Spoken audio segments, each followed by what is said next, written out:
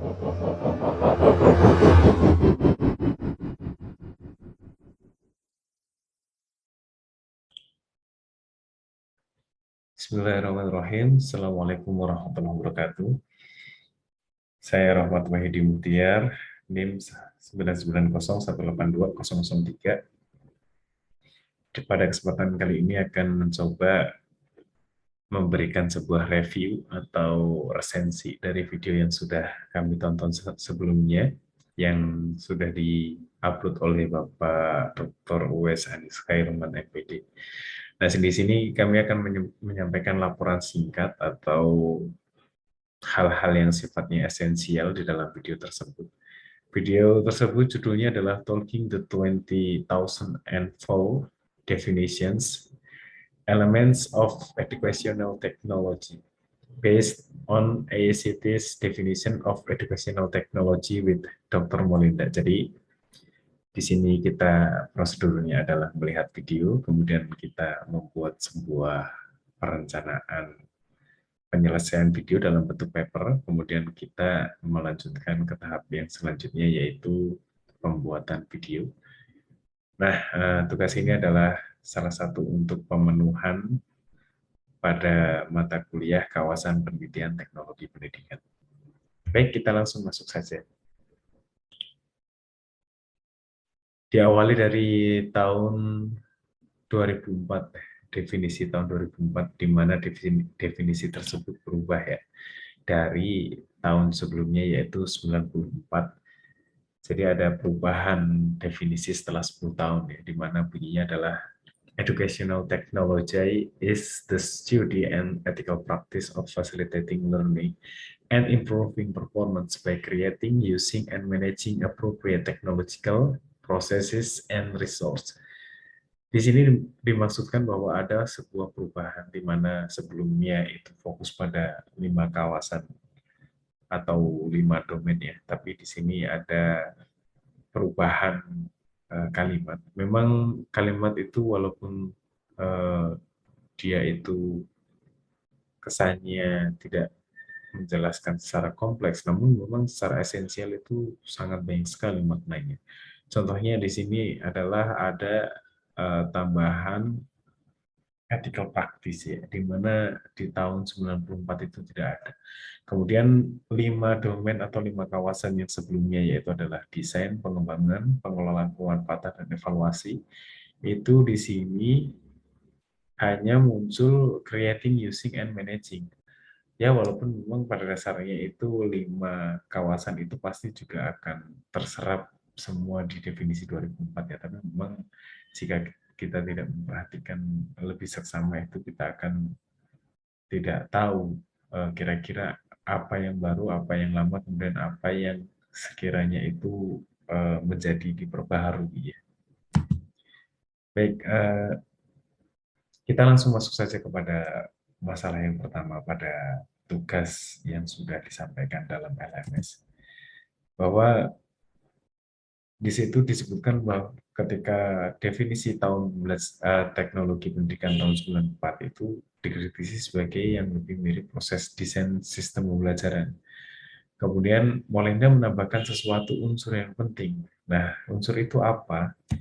Yaitu ethical practice ya, atau nilai yang mendasari sebuah praktek. Nah, di sini saya akan mencoba menjelaskan tentang kronologisnya ya. Memang pada tahun 2004 itu ada sebuah perumusan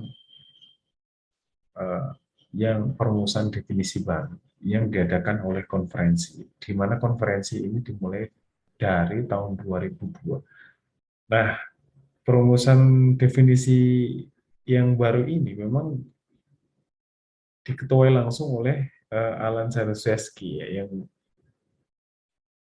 akhirnya menerbitkan sebuah buku itu ya bersama dengan Molinda ya. Perumusan definisi ini akhirnya rampung sekitar pada bulan Oktober tahun 2004. Nah, pada agenda tersebut para anggota konvensi itu mencoba mencari kira-kira apa yang bisa ditambahkan dalam sebuah definisi teknologi pendidikan. Memang elemennya itu jika kita perhatikan itu sudah lengkap ya, sudah lengkap sekali. Bahkan memang untuk segala bentuk rumusan-rumusan yang melibatkan 5 kawasan itu memang sudah sangat lengkap. Namun ada satu hal yang disadari oleh Molenda bahwa akhirnya bahwa seorang praktisi itu ketika melakukan pekerjaan yang profesional itu harus berlandasan pada nilai-nilai. Akhirnya pada definisi tahun 2004, definisi teknologi pendidikan akhirnya bertambah elemen nilai yaitu ethical practice. Nilai yang diusulkan itu memiliki tujuan bahwasanya seseorang yang memiliki profesi harus memperhatikan permasalahan etika dan kerja, dan di mana segala sesuatunya itu harus memperhatikan standar. Jadi ketika kita berikan contoh dalam kehidupan yang nyata ya, kita tidak perlu jauh-jauh lah, kita berikan contoh kepada diri kita sendiri. Jadi ketika kita mencoba mengembangkan sebuah media, katakanlah media itu, maka menurut Molenda, kita juga harus mengembangkan media yang benar-benar sesuai dengan perancangan sistem atau perancangan model ya. Contoh katakanlah saya mengembangkan media dengan model Dick and Carry. Nah itu juga harus memperhatikan 10 tahapannya atau fork and goal atau R&D atau model ADI. Nah itu semuanya harus dipenuhi karena memang standarnya itu adalah seperti itu gitu. Ketika memang EDI sudah memberikan standar yaitu 5 tahapan, maka seorang teknolog pendidikan itu juga harus mengikuti standar-standar tersebut. Supaya apa? Supaya memang produk yang dihasilkan nanti entah itu soft teknologi atau hard teknologi itu memang benar-benar sesuai dengan standar dan bisa memecahkan masalah yang ada di lapangan. Kemudian kita masuk ke problem yang kedua atau masalah yang kedua, bahwa Molenda menyatakan bahwa isu efektivitas dan efisiensi itu penting. Iya, memang iya.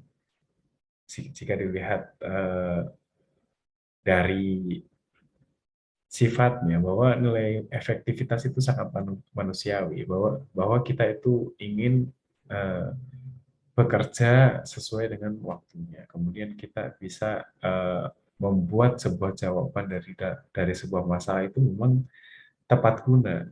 Kemudian kita, contoh lainnya adalah membelanjakan uang kita itu ke hal-hal yang memang kita perlukan gitu ya. Nah itu adalah namanya efektivitas dan itu manusiawi. Semua orang itu pasti memiliki sifat-sifat tersebut walau disadari atau tanpa disadari. Nah, implikasinya apa? Ketika kita refleksikan kepada diri kita sendiri bahwa kita adalah seorang teknologi pendidikan, kita harus mampu membantu pelajar menjadi lebih cepat dalam mencapai tujuan pembelajaran. Nah, itu sangatlah penting ya. Itu sangat penting. Jadi nilai etis yang perlu dimiliki oleh seorang teknologi pendidikan itu juga referensinya harus melihat nilai efektivitas. Karena apa? Karena efektivitas ini akan memberikan sebuah subject matter ya, itu solusi yang benar-benar tepat guna. Kemudian dilanjutkan teknologi pendidikan harus mampu bekerja lebih baik dalam menyelesaikan masalah belajar daripada ahli yang lain. Dan itu harusnya sangat jelas ya. Masalah belajar itu adalah masalah yang benar-benar kita kaji ya. Jadi tidak ada eh, bidang lain itu yang mengkaji belajar karena secara ontologi teknolog pendidikan itu hakikatnya memang mengkaji masalah-masalah belajar dan bagaimana mengupayakan seseorang itu belajar menjadi lebih efektif dan efisien. Nah, kalau kita kalah dengan jurusan yang lain atau bidang yang lain itu kan sebenarnya tidak etis ya kalau diperhatikan. Karena belajar itu adalah hakikatnya yang perlu diselesaikan oleh orang-orang teknologi pendidikan. Nah, dalam video Molenda memberikan sebuah contoh ya. Ibarat kata si A adalah seorang orang yang biasa ya, bukan lulusan arsitek. Kemudian si A ini diminta untuk membuat sebuah jembatan. Nah, si A ini tanpa berpikir panjang, dia akan melemparkan semua material-material atau bahan-bahan ke dalam sungai, kemudian dia menyeberang. Nah, berbeda lagi dengan si B. Si B ini adalah lulusan arsitek dan kebetulan memang jurusannya adalah membuat jembatan. Nah, dari materi-materi yang diberikan atau bahan-bahan yang sudah ada, gitu, si B itu akan memberikan sebuah merancang sebuah eh, formula atau sebuah desain di mana dia akan membangun sebuah jembatan yang lebih efektif dan lebih efisien daripada si A. Nah, itu yang diberikan contoh oleh Molenda pada saat itu ya, ketika kita menonton video. Dan itu memang berimplikasi kepada kita ya, sebagai seorang teknolog pendidikan. Jadi, jika orang lain itu melihat sebuah belajar dan pembelajaran itu adalah hal yang lumrah, hal yang tidak ada substansinya, kita seorang teknologi pendidikan harus melihat itu sebagai sebuah hakikat yang perlu kita selesaikan. Baik entah itu yang terlihat atau yang tidak terlihat. Nah, itu adalah PR seorang teknolog pendidikan. Nah, ini adalah konklusi dari problem yang kedua, yaitu bahwa seorang teknolog pendidikan harus mampu memberikan nilai tambah dari bidang yang kita kaji, yaitu efisiensi dan efektivitas. Kita masuk ke problem yang ketiga, bahwa di situ dijelaskan instructional technology as a subset educational of technology. Ya, ini kita sangat flashback terlalu lama ya, tapi memang ini sangat penting. Pada Komite tahun 77 menyadari bahwa teknologi pembelajaran merupakan bagian dari teknologi pendidikan. Mengapa? Karena sudah sangat jelas pembelajaran itu adalah bagian dari pendidikan. Pembelajaran itu pada dasarnya eh, kegiatan yang sifatnya disengaja ya. Jadi yang berbeda adalah belajar. Nah, belajar itu kapan saja dimanapun, ketika kita berjalan kemudian melihat sebuah artikel atau jurnal atau bahkan spanduk, kemudian kita tidak sengaja membaca, kemudian kita memperoleh pengetahuan, itu adalah namanya belajar ya. Berbeda dengan pembelajaran. Pembelajaran itu yang sifatnya lebih formal ya. Pembelajaran sifatnya lebih formal. Dengan sengaja itu diadakan ya. Ada interaksi di sana, entah interaksi antara guru dan siswa atau interaksi ya, antara siswa dengan modul, dan sifatnya itu disengaja ya, bukan insidental. Nah, fungsi teknologi dalam belajar itu apa? Dalam pembelajaran, yaitu memanipulasi proses dan memanfaatkan keseluruhan sumber daya yang dipakai dalam proses belajar untuk mencapai tujuan. Nah, perbedaannya antara pembelajaran yang di pendidikan dengan pembelajaran yang tidak, itu adalah di situ ya. Jadi, pembelajaran di pendidikan itu sifatnya disengaja memiliki tujuan dan disetting sedemikian rupa untuk mencapai tujuan tertentu. Sedangkan belajar yang dimaksudkan dalam artian insidental atau tidak sengaja itu adalah belajar yang memang tidak pernah kita tentukan sebelumnya, ya. Jadi tiba-tiba begitu sifatnya. Sebagai contoh ya, jadi dalam videonya Molenda itu dijelaskan juga bahwa banyak sumber belajar saat ini seperti pemanfaatan TIK dalam belajar. TIK adalah sebuah teknologi pembelajaran bisa digunakan oleh setiap orang mengakses informasi dan meningkatkan pengetahuan. Iya, benar sekali. Jadi, di zaman yang sekarang ini, di mana komputer itu harganya relatif murah, bisa dibeli, kemudian semua orang bisa pasang internet ya, baik yang di kampung ataupun di kota. Sekarang jaringan itu sangat cepat ya, dimanapun sangat cepat. Semua orang memiliki kesempatan untuk belajar dan semuanya itu hampir rata ya, kecuali mungkin yang tidak kita perhitungkan adalah daerah-daerah yang di luar ya, yang terluar, terpencil. Itu adalah daerah-daerah yang memang tidak bisa dijangkau oleh akses akses internet. Nah, orang-orang yang belajar dengan sendirinya tanpa memiliki tujuan itu adalah pembelajarannya sendiri ya.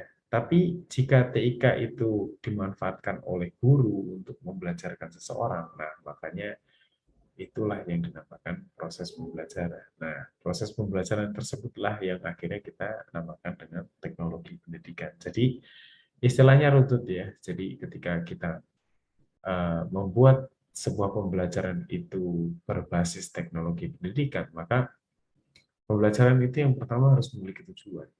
Kemudian dari tujuan kita akan siapkan sebuah metode ya, atau strategi.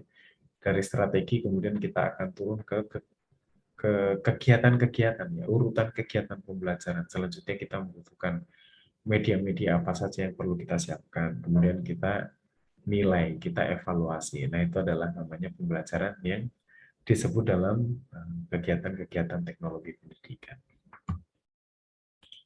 Kemudian kita masuk ke masalah yang keempat, bahwa apa yang menjadi implikasi unsur facilitating dalam definisi ICT 20004. Nah, eh, facilitating learning ini adalah sebenarnya luas juga ya cakupannya. Memfasilitasi belajar itu bisa memberikan fasilitas yang benar-benar ada gitu ya. Jadi atau memang mengusahakan yang belum ada itu menjadi ada. Ya, teknolog pendidikan harus memahami bagaimana sebuah proses belajar terjadi, termasuk bagaimana seorang manusia belajar dan membelajarkan manusia.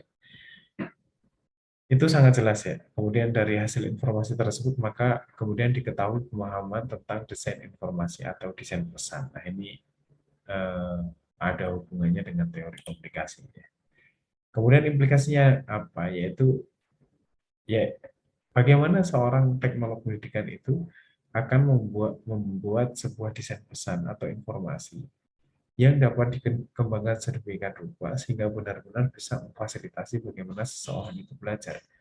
Ya karena kita mengingat permasalahan belajar yang dialami oleh siswa itu berbeda-beda ya. Jadi seorang teknolog pendidikan itu harus memahami berbagai bentuk teori dan bekerja sama dengan berbagai jenis ahli supaya mendapatkan informasi sebenarnya seorang siswa itu bermasalah dengan belajar di mana, kemudian kita fasilitasi dia belajar itu di mana. Nah, itu adalah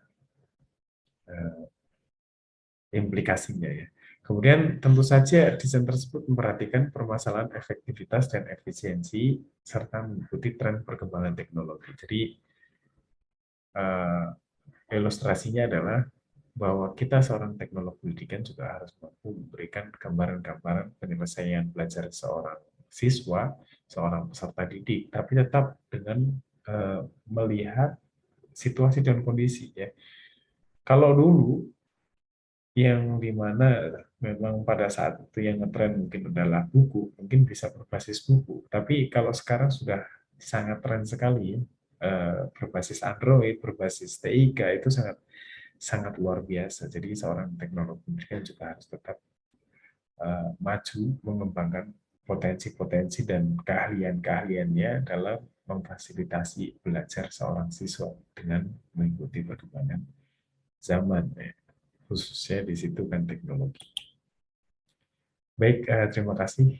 Demikianlah yang mungkin bisa kami sampaikan ya. Karena video ini adalah review yang sifatnya meresensi dari video orang lain agar kita itu mendapatkan apa sih istilah-istilah atau substansi-substansi yang paling penting. Kami sampaikan terima kasih. Ya. Wassalamualaikum warahmatullahi wabarakatuh.